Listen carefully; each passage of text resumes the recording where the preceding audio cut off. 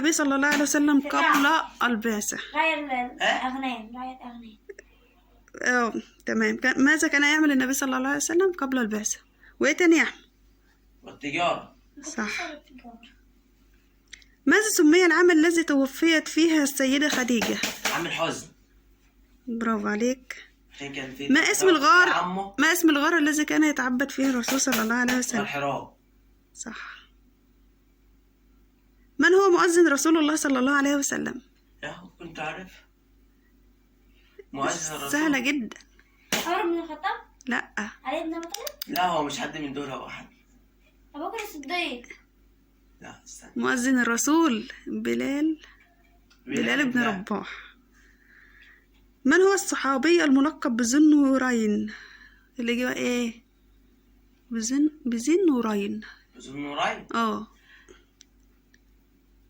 أبو بكر الصديق. لا استنى. يلا عارفين؟ أقول. استنى. لا استنى. علي بن أبي طالب. لا. عمر بن الخطاب. قول لي بقى. من الخلفاء الراشدين. هديك فرصة كمان، قول. عمر بن العاص. عثمان بن عفان. عشان يتزوج. من هو الصحابي الذي رافق النبي صلى الله عليه وسلم في الهجرة؟ من هو الصحابي الذي رافق النبي صلى الله عليه وسلم في الهجرة؟ في الهجرة؟ مين الصحابي الذي رافقه؟ أبو بكر الصديق. صح. من هو أمين هذه الأمة؟ محمد. أبو عبيدة جرى. من هو الصحابي الذي نام في فراش النبي صلى الله عليه وسلم ليلة الهجرة؟ علي بن أبي طالب. شاطر.